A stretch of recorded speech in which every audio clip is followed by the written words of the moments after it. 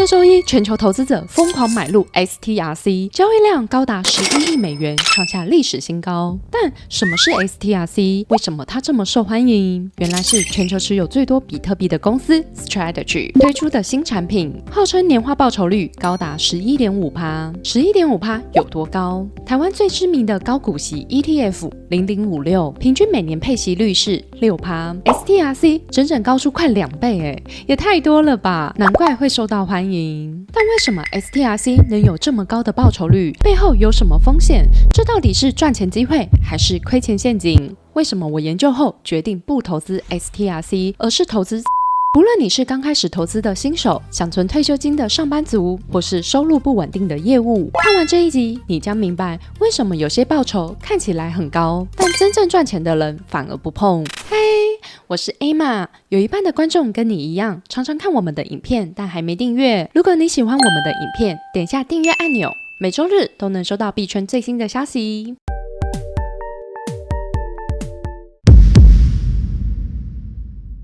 STRC 是全球持有最多比特币的公司 Strategy 推出的新产品，官网上清楚写了这是一种短天期高收益的信用资产，这是 Strategy 推出的永续优先股，目前每年支付 11.5% 的年度股息，并每个月以现金派放，股息率每个月会进行调整，目标是消除价格波动，让价格维持在100美元。简单来说，这是一个没有到期日，每月配息，预期利率是 11.5%， 但公司可随时做调整的产品。STRC 从2025年8月开始配息，一开始利率是 9%， 慢慢的升高，到了2026年3月，利率是 11.5%。投资者最想问的就是，这 11.5% 的收益从哪里来？为什么可以这么高？ Michael 认为，未来21年，比特币每年平均成长会达到 30%， 最终一颗价格会到2100万。现在虽然公司支付 11.5% 的利息给投资者，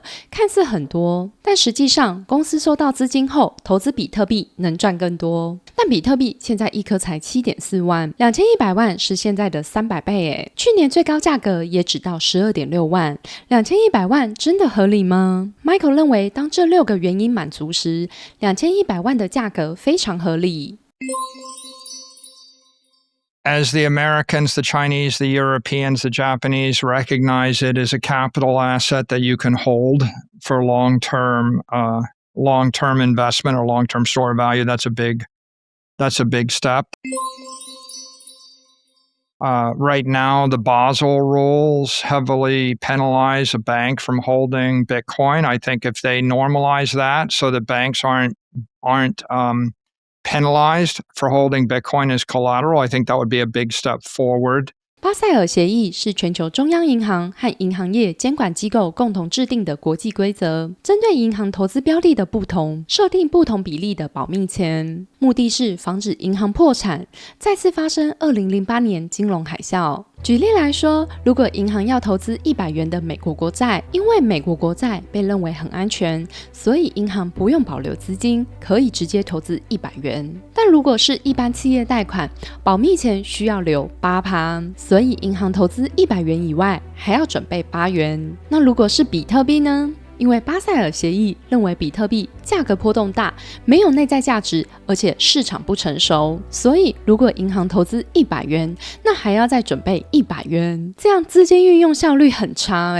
变相就是在惩罚投资比特币的银行。所以目前很少银行会直接投资比特币。但未来有一天，当巴塞尔协议放宽规则后，我想比特币的价格就不会只是7万元了。你觉得呢？You know, the formation of all these ETFs and the amount of capital flows into it is a third step. Michael 认为，比特币现在价格涨不动，有一大原因是投资者短期需要现金，但不想卖比特币，只好将比特币拿去抵押。问题是，目前传统银行对比特币的接受度很低，要么不接受，要么利率高达 12%， 所以投资者只好找加密货币交易所。虽然利息很低，只有 3%， 但缺点是他们会将比特币借给其他人使用，大大多是做空，变相压制了比特币的价格。未来当传统银行嘉信、花旗或摩根斯丹利开始接受比特币抵押，那自然减少很多空单，比特币价格自然也会上涨。这是指公司向投资者募集资金，再投资加密货币，例如 Michael 的比特币储备公司 Strategy、Tom Lee 的以太币储备公司 Bitmine。因为比特币挖矿机制的限制，目前每天大约增加450颗比特币。如果价格用7万美元来算，每天大约有3000万美元。而这周一4月13日 Strategy 最新的数位信贷产品 STRC 一天就卖了11亿美元，大约可买 1.5 万颗比特币，等于直接买了1个月的比特币。我们都知道比特币的产生数量是越来越少，随着需求越来越多，那价格会怎么走呢？As the volatility in the asset comes off, the creditworthiness of it increases, and then the willingness of conventional TradFi banks to extend credit against it increases. You live in a city, and on one side of the street, it's kind of scary and dangerous, and you have to buy the houses for cash, and there's a lot of crime. And the other side of the street, it's totally safe. There is no crime. And you can get conforming loan from Fannie Mae or Freddie Mac with, a 20% or 10% deposit, and the government insures the loan. And then you ask the question, what's the difference in the price of the houses on one side of the street versus the other side of the street? So when people feel safe and the conventional banking system finances the asset, the price of the houses skyrockets.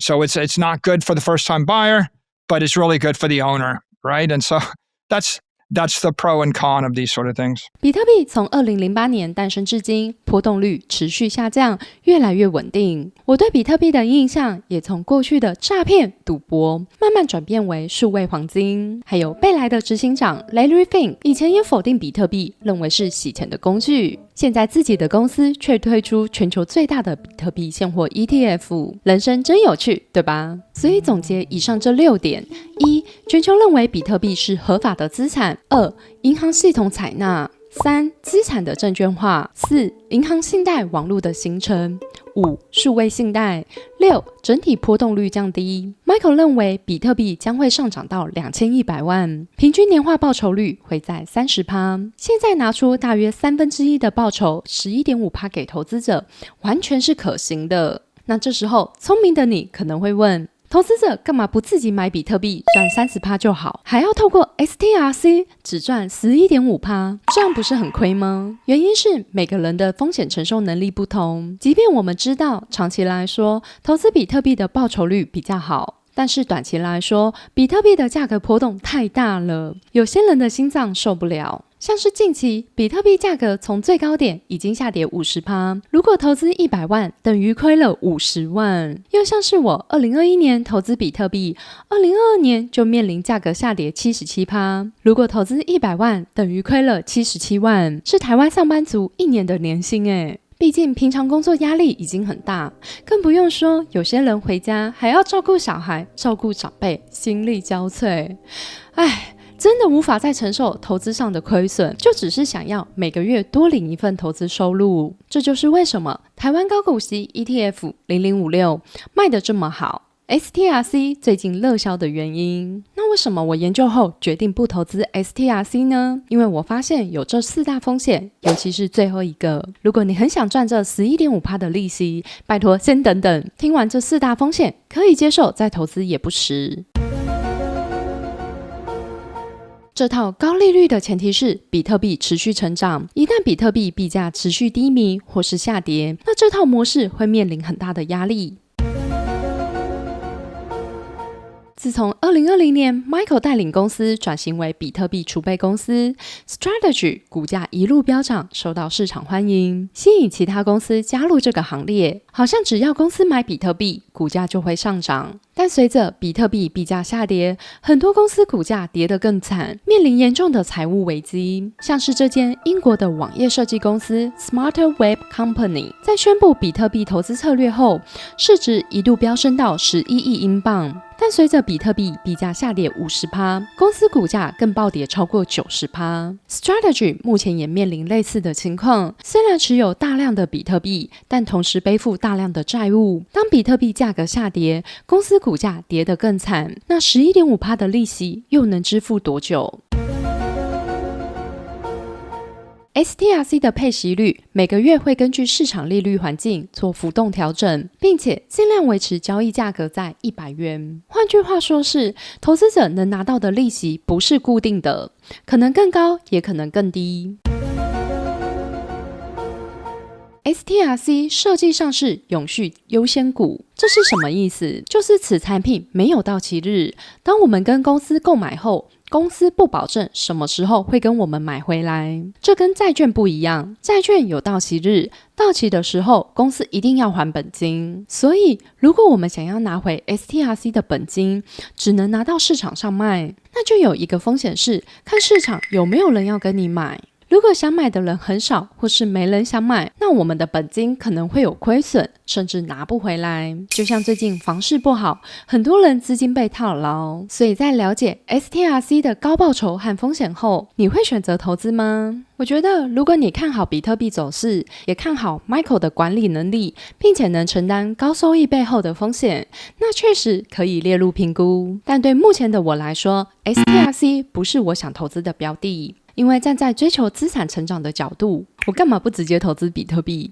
赚每年 30% 的报酬率，资产还能掌握在自己手上？为什么要把选择权交给别人？但有人说币圈诈骗这么多，很怕自己一不小心就被骗。至少 Strategy 是美国上市公司，安全性高一点，确实蛮有道理的。但我们也可以自己学会如何辨识诈骗，让自己多一些选择权。如果这也是你想要的，我总结了投资币圈安全又快速的3大步骤，还有预防诈骗的2大方法。在这本书《自由》帮助你快速理解市场，避开甜蜜的陷阱。你可以在资讯栏的第2条连结中免费领取自由。那如果你是属于小心脏，无法接受比特币暴涨暴跌，倾向细水长流，慢慢累积资产的类型，我还是认为 STRC 不是最好的选择。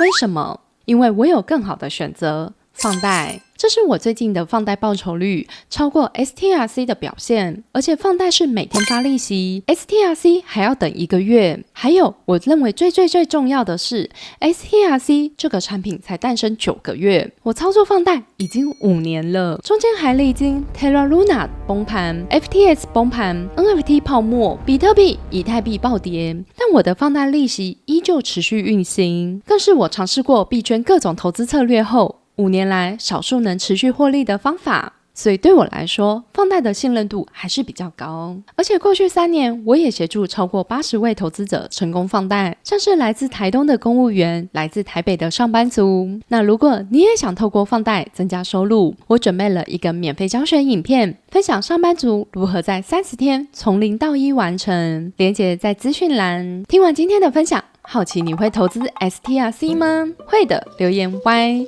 不会的留言 N。 如果今天的影片对你有帮助的话，记得按赞并分享给有兴趣的朋友。我是 Emma， 我们下周见，拜拜。